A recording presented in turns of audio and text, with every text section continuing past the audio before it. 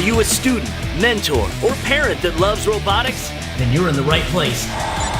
Up-to-date info on all things robotics. This is the Robozone podcast with your host, Pete Eckman.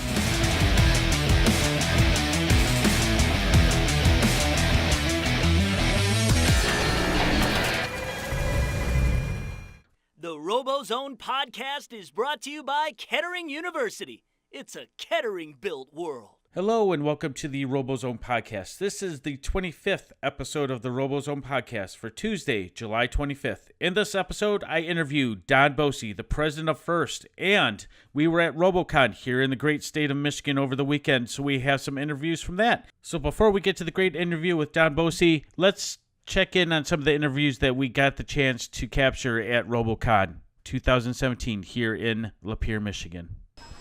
Hi, this is Pete with Robozone TV and Robozone Podcast. With me I have today. You have Bernadette Stortz. I'm assistant coach of the Chimeras, Team 1684. And you helped organize RoboCon, right? I did, yep. Part of the committee that helped put it all on this year, yeah. So tell us a little bit about what's going to happen today. Well, we have a whole room that's called the RoboConstruct area that has various STEM activities the kids can come and do, all free. Some are take-home, some are interactive. Then as they go into the robotics fields, they can get their robot driver's license, watch a FRC match, drive the FRC bots, and then they can go back into the other room to get the other robotics fields, FTC, FLL, VEX EDR, and VEX IQ. So basically today, as far as the FRC team's concerned, it's a learning lessons. It's to teach people, right? Yeah, basically we have 3 blocks of time. They have a set of practice matches, actual exhibition matches where they compete, and then the next one they get to show the kids get to drive in a real match. So is anyone taking home a blue banner today? Nope. So it's for fun. It's for fun. It is for fun. We actually do have some really neat laser cut RoboCon trophies that we're giving away. So 2 FRC teams today for the best or for whatever they do. So, but that's about it. No blue banner. Sorry. Maybe I'm just making sure I know everything that's going on. I want to thank you for a quick interview this morning. I know things are hot and heavy, and we're going into our drive team drivers meeting, right? Yep, about to start that. So, got to make sure they all know what to do. And just so everyone has a little bit of background, how long has RoboCon been around? Since 2014. Yep. So third year. Yeah. Yes. No. Yes. I'm sorry. It's okay. 2018 is right almost here. This will be our 4th year. Yeah, 4th year actually. I'm sorry. 4th year, 4th annual. Second one that I've been involved in. So. Well, thank you for putting this on for the kids. Oh, no problem. We love it. I just want to say I had a blast at RoboCon here in Lapeer, Michigan. And for more footage from RoboCon, including some interviews from Lauren Plant from the video show, Robozone, he was on site, so we got some additional interviews. We're going to do a special episode of the Robozone TV show that will be posted later this week. Please look out on our YouTube channel at Robozone TV, and you can see that episode. It was great, some great interviews that Lauren did. So we're going to hear from one of our other sponsors, and then we're going to talk to Don Bossi. So get ready, get some chips, get some pop, and get ready for a great interview. The Robozone podcast is brought to you by AndyMark.com, your robot parts experts. Hi, this is Pete Eckman with the Robozone podcast. With me tonight, I have the infamous, I call him infamous, Don Bossi, the President of F.I.R.S.T. Don, how are you doing tonight? I'm doing well, Pete. How are you? I'm very well.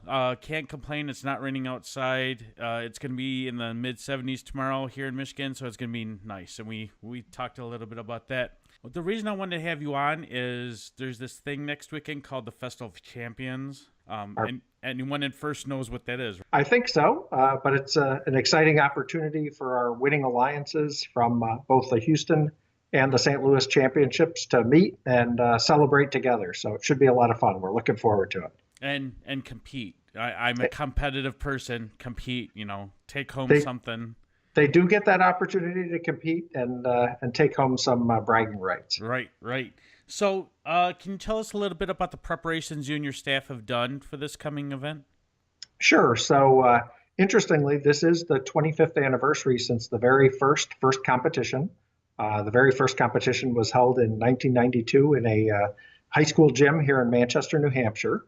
So we thought, well, this is a pretty interesting anniversary for the organization, but it's also a tremendous opportunity to let these two teams come together. It'll be a little nicer venue. We're actually at a venue called Southern New Hampshire University Arena. Okay. So it's a little bit nicer than the original high school gym. Not quite as many teams. There will be 10 FIRST Robotics teams and 8 FIRST Tech Challenge teams, which include both the winning alliances and also the chairmans and the Inspire winners. So should be a lot of fun and should be a great opportunity and should see some pretty high-class competition. Nice. So how excited are you for this festival? This is like the Super Bowl, right?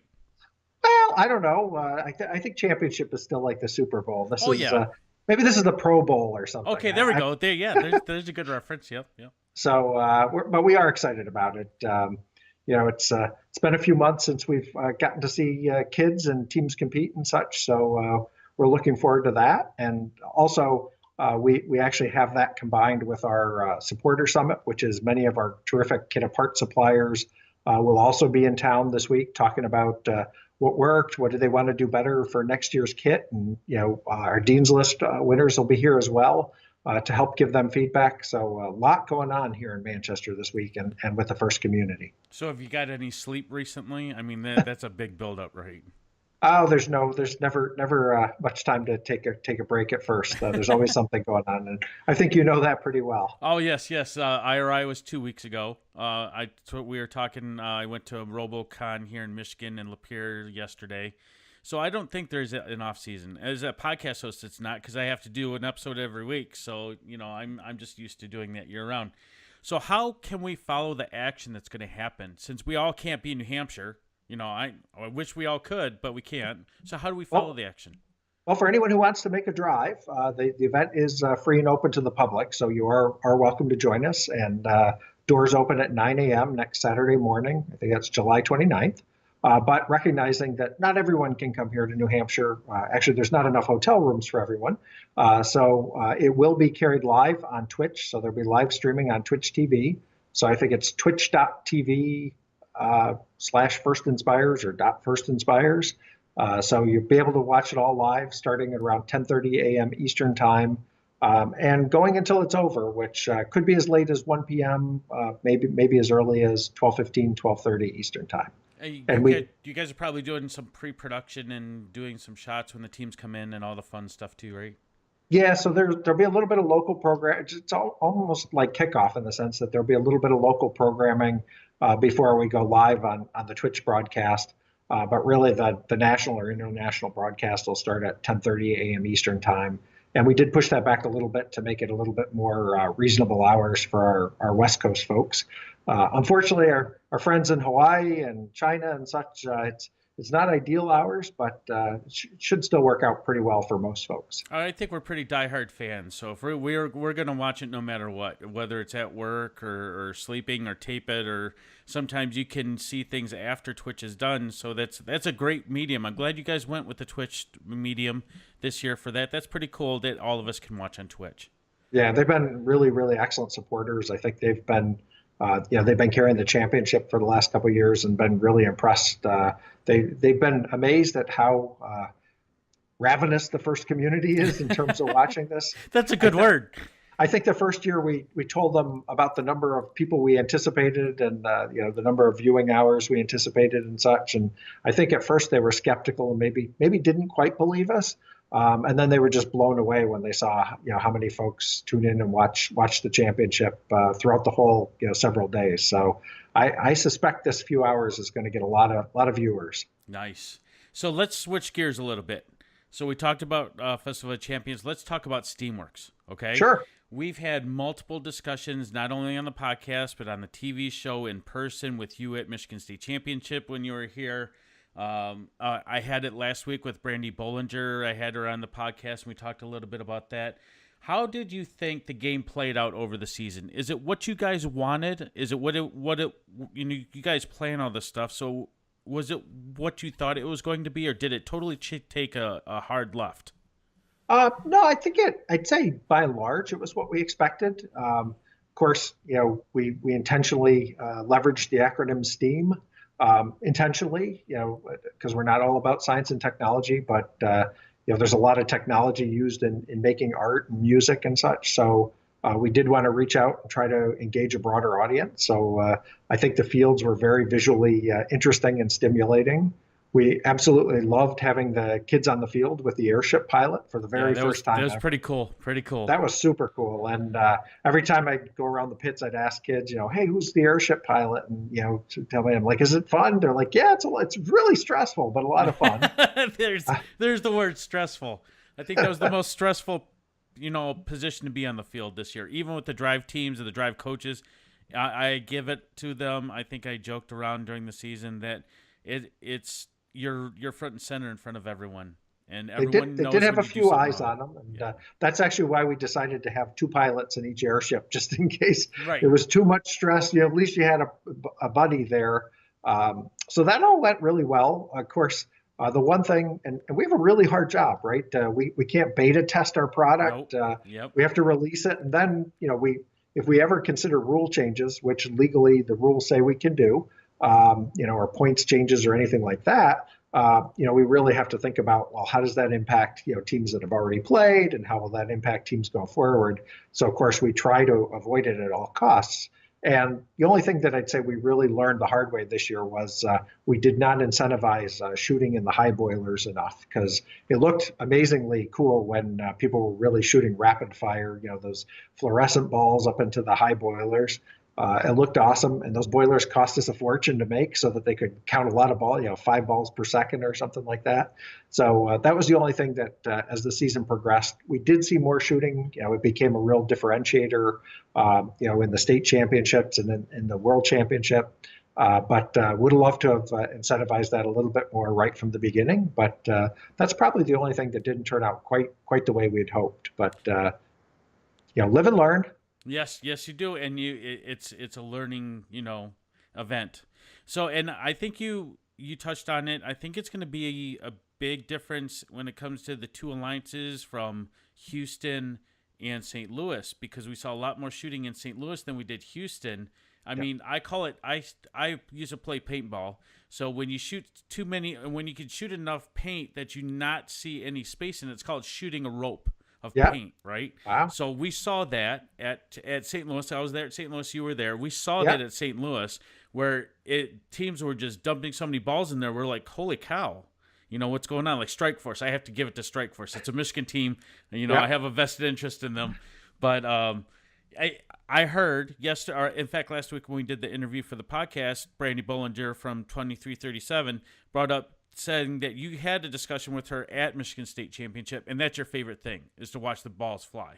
It's just so amazing. I mean, even to this day, seeing some of the videos, and I hadn't heard that term, but it's sort of when you see that going in so rapid fire, almost like a stream out of a fire hose. Right. Exactly. It's really, really impressive. Of course, I will also say I think the rope climb at the end was a pretty good visual effect as well. Yes. And again, that probably proved to be easier than we anticipated. We were kind of thinking about like things swaying or whatever, but as it dawned on me later on, I'm like, well, it's kind of like wenching a boat out of the water. So not exactly all that difficult, but it looked really, really cool. And when you'd see 3 robots hanging at the end of a match on an alliance, that was a pretty cool effect as well. My personal opinion on that is that I don't think it was as easy as people think. It was called the cheesecake factor this year. Everyone could do it, right? But it's not that easy. Okay, and then we saw plenty of bots fall at district events, and like not easy falls. We're talking about you have the whole crowd going, oh, just feel bad for that team because that's 100 pounds dropping to the ground. So every time I'd see one, I'd be like, oh, I hope the gym floor is okay underneath. But we put a lot of padding and a lot of steel underneath it. Yes, you guys do. So the third thing I wanted to cover with you tonight was the reflection on F.I.R.S.T. as a program, and where do you think F.I.R.S.T. is right now? F.I.R.S.T. Inspires. Where do you think we're positioned at right now? Well, what I love about F.I.R.S.T. is it really appeals to 2 audiences of kids. One is kids who are kind of naturally interested in science and technology, and it really allows them to kind of refine and deepen that interest I think when the kids come out of our programs, they really know what they're passionate about, what they want to do. And again, whether that's the military, whether that's trade school, whether it's college or university, whether they go right into the working world, I think they're really, really competent, frankly, and they know what they want to do. And that's one audience. And then the other audience that really excites me is the kids who are not turned on by science and technology, and maybe they're completely turned off by math. But once they see that they can do really fun and really cool stuff with it, and they kind of get that excitement about it, then suddenly I think it kind of clicks for them, what science and technology are for, and why taking classes or pursuing certain degrees and trades and such can be really exciting careers. So we love reaching out to both types of those kids, and again, that's partly why Steamworks and trying to get some arts kids involved as well as math and science kids. So really trying to reach those two audiences, and we know we can have a big impact if we can reach them. So our goal is to figure out, how do we make these programs available and accessible to every kid in every school? And we still got a lot of work to go there. We're still only in about maybe 10% of all schools K through 12 nationwide. That serves about 16% of all the students. I think in a state like Michigan, where you've got tremendous support, not just from corporations, but from the state legislature, from the governor and such, we're probably in closer to 15 to 20% of the schools and probably a higher percent of students. But we still have a ways to go in order to really make these programs available and accessible to every kid. And that's what we're really passionate about. We don't want to take anything away from we want it to still be a great experience for the kids that are involved, but we're always trying to think about how do we get more kids involved? How do we reach out? And, our community is just fantastic at that. I mean, I think you made the comment that there's really no off season in FIRST. So during the summer, there's a lot of off season events. There's a lot of outreach events. There's a lot of summer camps. And it's not just, the high school kids amongst themselves, but outreaching to the elementary school, the middle school kids, and getting them involved. So a lot of work, but it's a lot of fun. Right, and I fully agree. Where would you like to see us go in the next couple of years? Where do you see FIRST? I mean, you're the president of FIRST, right? Where do you want to see us go in the next, say, 5 years? Well, like I said, certainly, thinking about how do we expand our program so we reach all kids.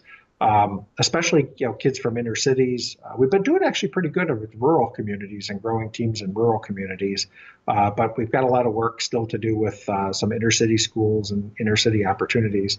And then we are really building out the progression. So starting with FIRST Robotics Competition, driving that down, FIRST Tech Challenge, FIRST LEGO League. And the program I'm actually most excited about is FIRST LEGO League Junior. We introduced the We Do 2.0, which is a cute little dinosaur robot. And that program actually grew 35% this year. It was really phenomenal. And not just here in the U.S., but worldwide. So we've got teams in 86 countries. So continuing to sort of build out the international footprint of FIRST, I think, is also a great opportunity. And it's a lot of fun for the participants to get to be, good friends with kids from, a lot of countries around the world, and really to meet kids and sort of realize they have a lot in common. I think my experience with FIRST has just been the last couple of years as my daughter's going through, and now she's graduated and she's going off to University of Michigan. I chose to start a brand new team. Oh, congratulations. So I'm registered, and we talked a little bit about that. I don't have a number yet, but the money's going to be sent, and then I'll get my number so I can get the T-shirts and everything, printed. And that is in a rural community, so I'm glad that you said that, because where I'm moving to is a rural community. It's a farming community, so I think that's going to be cool for them because they don't have that yet. They don't have something like this yet, as well as there's teams around that community that I've talked to, but not inside it. So it's like I have brothers around or brethren around that I can help, that will help me, and they've already jumped on board to help me. But bringing this, I think they're going to open their eyes. In fact, we're announcing it tomorrow morning. Oh, so very cool. The school's signed off on it, so that we're good to go there. The final question I have for you with regarding the reflection on FIRST is, can you give us a little hint about next year? Just a breadcrumb, just a tiny, tiny, tiny little breadcrumb. I'm asked all the time, is there going to be water? Is there going to be water in next year's game? There will be no literal water, I will tell you that. Oh, you said literal water, though. Well, I don't know if there'll be figurative water, but I can guarantee you there'll be no literal water. Other than the tears of joy. Right. And like last year, I was talking to a bunch of mentors at RoboCon, and they're like, there hasn't been a game since I think they said 2008 or 2009 where the floor was really slippery. It was like a non-friction surface. Yeah. Right. So, they said we're about due for one of those. And then I always got it's got to be shooting of some type, because everyone likes to build shooting, right? You like to see the balls, ripping through the air, something aerial. And then they were saying, well, maybe it's going to be a drone game. And I'm like, you know what? Drones, people in stands, unless they're going to put netting around the whole field, I don't think that's going to work. They said, well, we can tether them. I said, well, what's the purpose of having drones if you're going to tether them?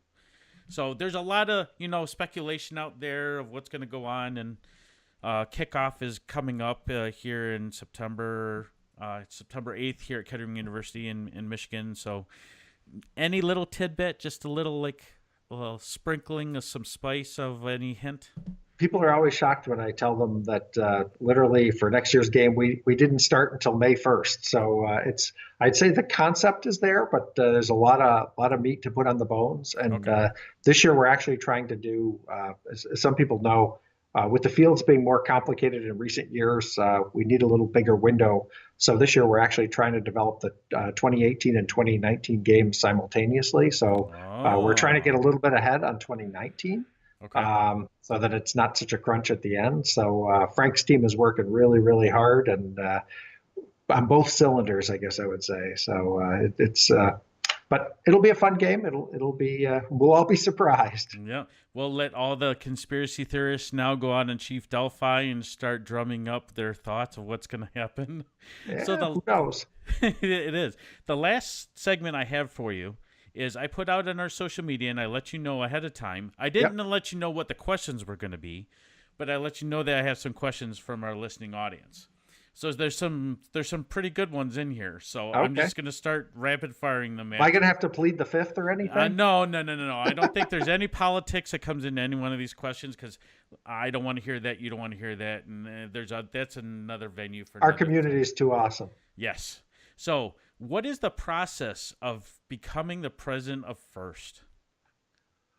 Well, that's a good question. I don't know. I think everyone is different. In my case, they actually had gone out and hired a recruiter. And they knew kind of what they were looking for. And as it happens, the person that they hired as the recruiter just happens to be someone that I've known and worked with probably over 2 decades. And so I still remember the day he called me and he said, Don, I've approached you with a lot of crazy ideas, but this one's the craziest one yet. And so I said, well, that got my interest, certainly piqued my curiosity. And so he said, have you ever heard of F.I.R.S.T? And I'm like, you mean the robot organization? And he said, yeah. I said, why are you calling me? I don't know anything about robots.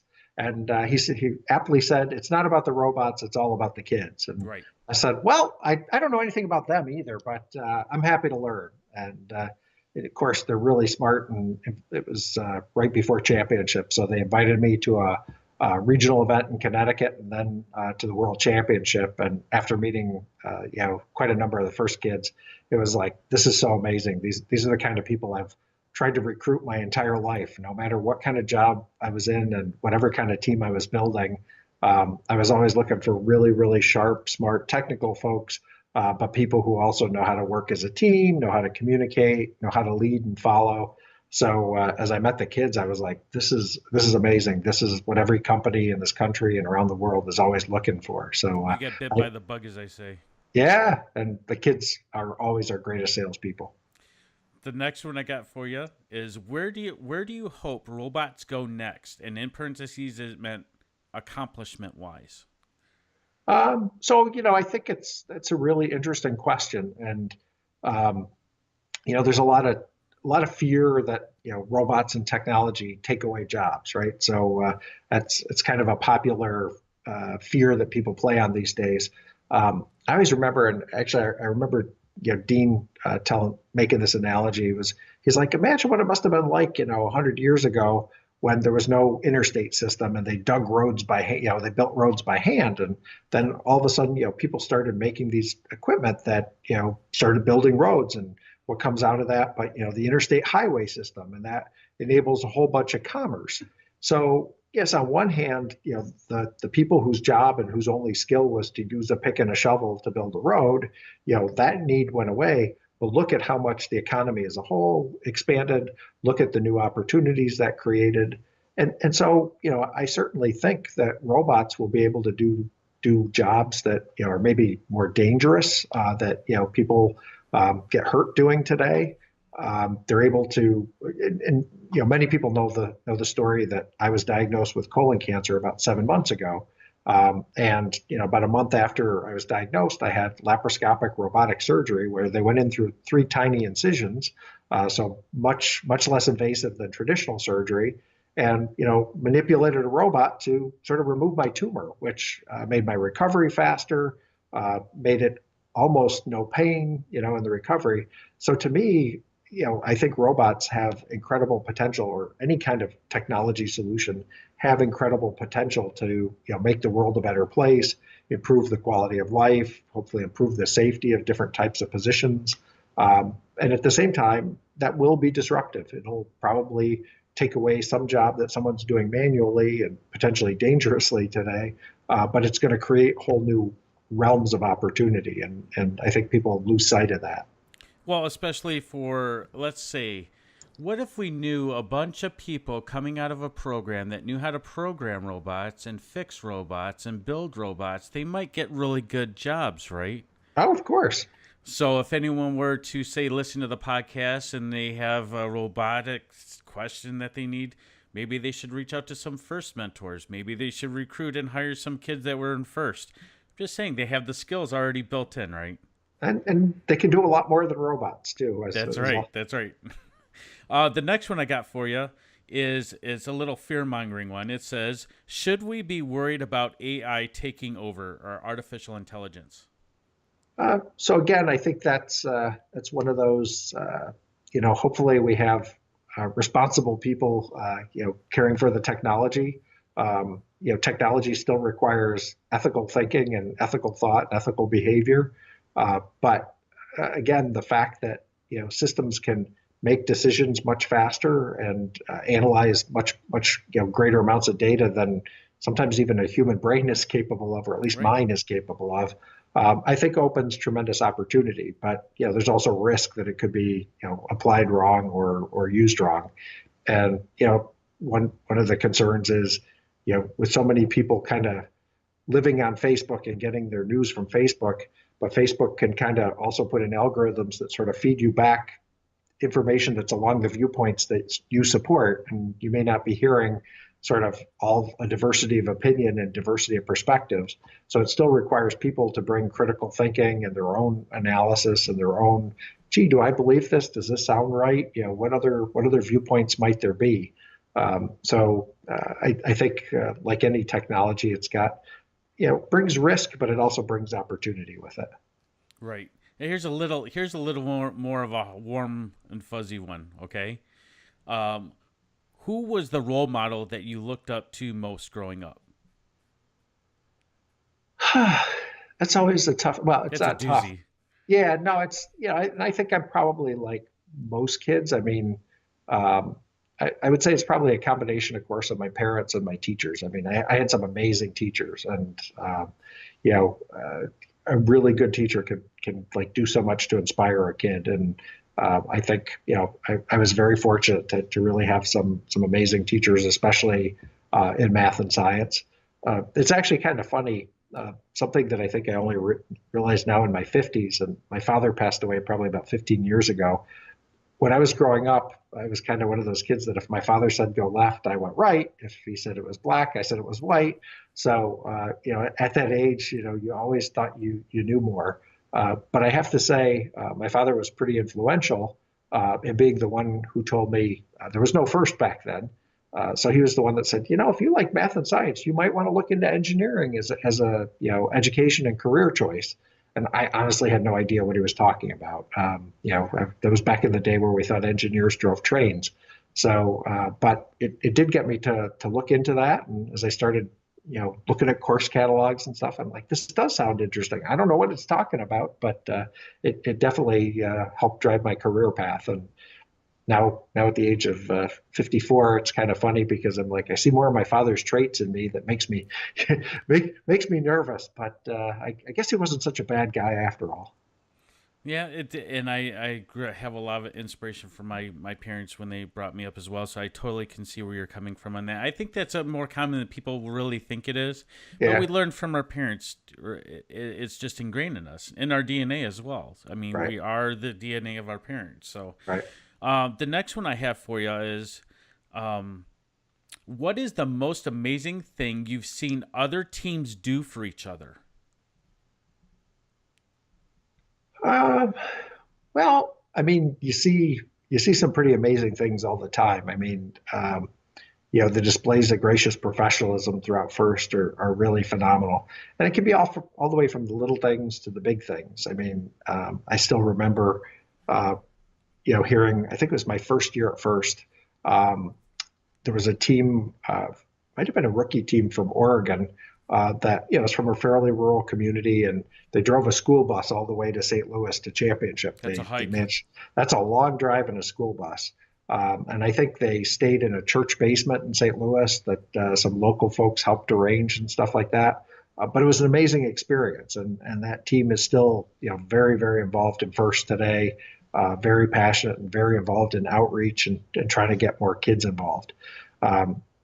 It's all the way from that to just teams helping each other out, even during the build process. And, I know in Michigan, you've got the Michigan Engineering Zone in downtown Detroit. You've got the Kettering Center. Yes, sir. And just that whole community coming together and helping each other, building together, sharing mentors. It's really phenomenal, in my opinion. So it's kind of, I know it's not a very concrete answer, but it's sort of there's great examples of gracious professionalism everywhere you turn in First. And I still remember I was once having a conversation with a young woman, and I was explaining, I said, a lot of our sponsors, want to support teams, and because they see that they help the kids, they're not always as excited about supporting events, and they don't realize how much the event is a really critical part of the learning process.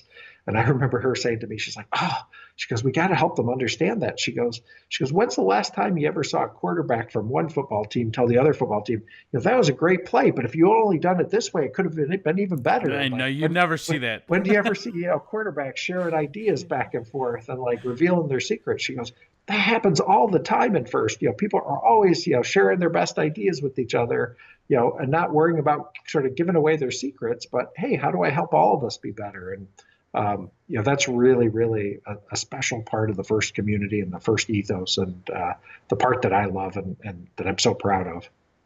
And I'm looking forward to that as a rookie mentor for a rookie team. I'm going to need all the help I can get.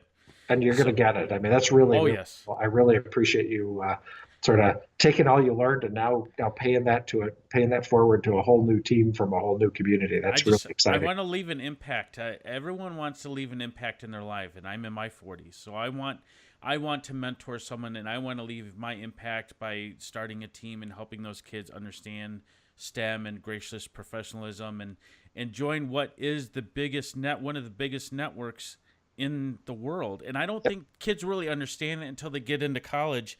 And as a business major myself, and you being the president of First, it's all about networking. Yeah. So who knows, sometime, somewhere in my future, I may be needing a job or looking for another job. Not that I am, I'm just saying. And some alumni, if I list it on there, they go, oh, you were part of First. You were a mentor. Yeah. And I say, yeah. And that just opens doors. Yeah. So, I mean, it's because they know that we will work with each other by far and put anything aside just to make sure the job gets done. So I always remember, I think it was at kickoff one year, I was talking to some parents who I think were from Ohio, and their son was in his freshman year at WPI in Worcester, Mass. And they said, he didn't know anybody else when he went there. And, I think it was like the freshman picnic, freshman orientation or whatever. It was a barbecue or whatever. So he grabbed his food and sat down at a table, but he happened to be wearing a First shirt. And so like instantly, like 10 more kids like sat down at his table, and it was like a brotherhood and sisterhood of people who, though they had never met, they had tremendous amounts in common. And it's really neat. Again, compare that to soccer or football, where I'm sure there's lots of kids there who played football, but it's like they've never played against each other. But FIRST kids can talk about, oh, do you remember, FIRST Steamworks and, how we did this and how did you do that? And it's, even though they maybe never met or maybe even never competed against each other, they're really part of a close-knit community and really feel like they're part of that. And it's sort of instant friends wherever you go. And not just for the kids in college, but, as you mentioned, for the career network. And we certainly hope that being a FIRST mentor is a real plus on anyone's resume, throughout their career, and that companies look for that because they know, gee, this person knows gracious professionalism. This person knows how to coach and mentor a team. That's a really positive attribute. It is. Not only that, but any kid that comes in part of a drive team, he goes off to college and he puts that on there. If I look at resumes and, if I see FIRST, I'm like, whoa. Then there's a talking point, and then you build the relationship, and then you leave that interview, but you left an impact on that person. They're going to remember you. Yep. So it's the little things in business. So I have one more question for you, and I'll let you Sure. go. You're busy. You got stuff to plan for next week. You want to get some sleep before this week starts. What kind of economic impact do robotics teams have on their communities?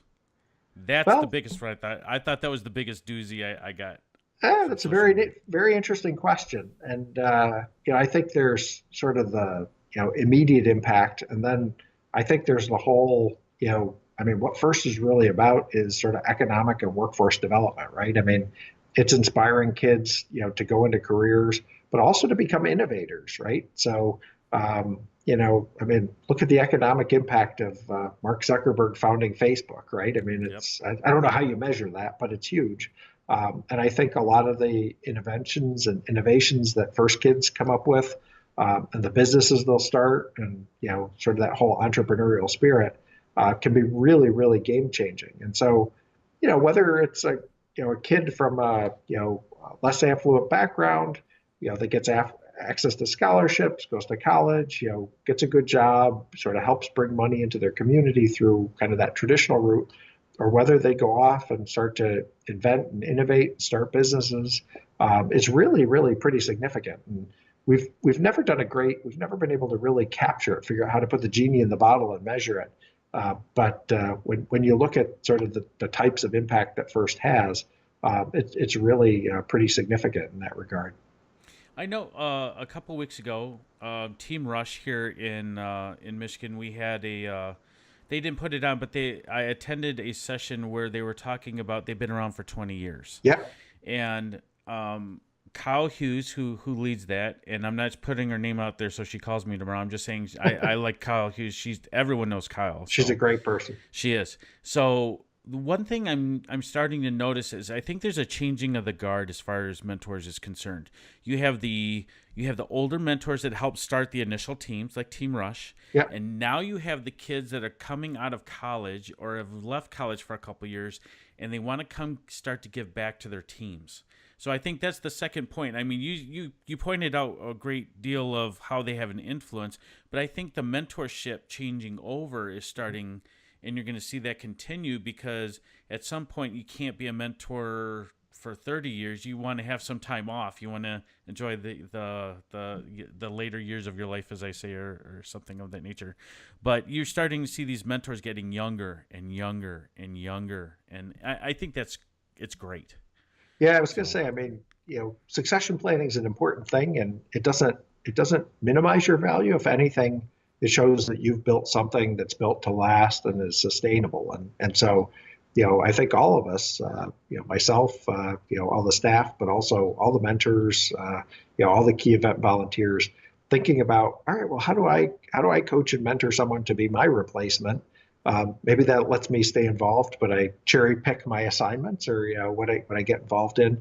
But it is really a tremendous opportunity to sort of hand that leader, develop that next generation of leadership for teams, for events, for the community, and that is an important part of kind of the cycle of life and keeping the whole community going and vibrant. Don, I want to thank you for giving me your time. It's amazing that you, and I'm not saying that you wouldn't come on. I'm just saying you were ready. When I contacted you, you jumped on board. You didn't even bat an eye. Or if you did, it was over email, so I didn't see it. No, but, it's my pleasure. Thank you for inviting me, actually. We're so excited about the Festival of Champions coming up, and then kickoffs coming in this first week of September, and then we have FTC. That's when the FTC thing comes out. Relic Recovery. We started talking about that a couple weeks ago, and I want to see some sand because I want to see robots try to go through sand. It's all about everyone likes to see a robot struggle because it's all about how to build to not have that struggle, right? To iterate and build that next version of it. So we'll see what happens there. But I want to thank you for coming on board and giving time on a Sunday night. So I know a lot of people are waiting for this episode. It's going to be released on Tuesday. And just because I like the word serendipity, you said that this is the 25th anniversary, right? Of the competition. Right. First was officially founded in 1989, so that puts it in our 28th year. But the first competition was actually in 1992. So this is the 25th anniversary of the competition. Okay. So today, this podcast that you're interviewing for is the 25th episode. So I'm just saying, I'm going to go play the lottery tonight. Oh, yeah. I was going going to say, the stars are aligning. Yeah. It's maybe a full moon out. I have no idea. But thank you, Don, for jumping on board tonight. I'm going to sign off. How can people follow you directly? How can they follow the President of F.I.R.S.T?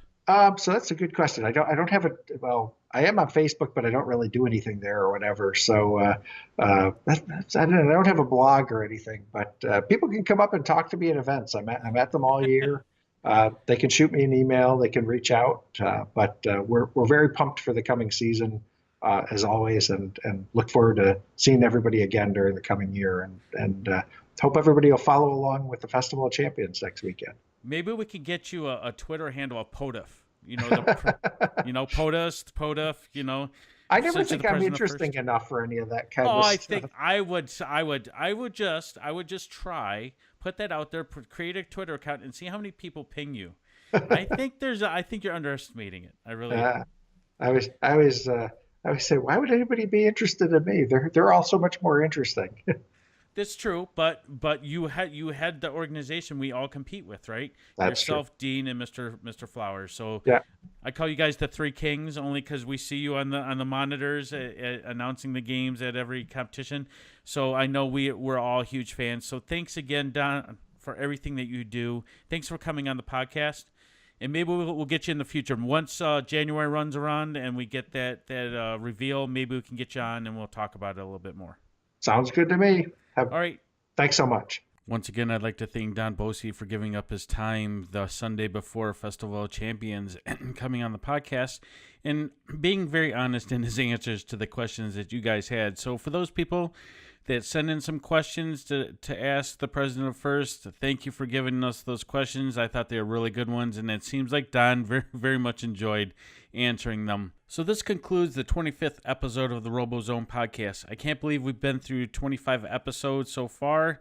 Who knows where it's going to go? I know we're going to keep chugging away. We got FTC around the corner. We have Festival of Champions this coming weekend, the 29th of July, so look for that on Twitch for their coverage. Don't forget to follow us on our social media platforms, including SoundCloud, Instagram, Twitter, Facebook. So thanks for stopping by, thanks for listening, and we'll see you at the next episode.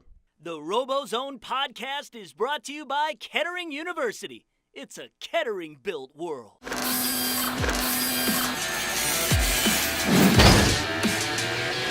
Thanks for listening to the Robozone podcast with your host, Pete Ekman. Find us online at robozonetv.com and on Facebook, Twitter, YouTube, and Instagram.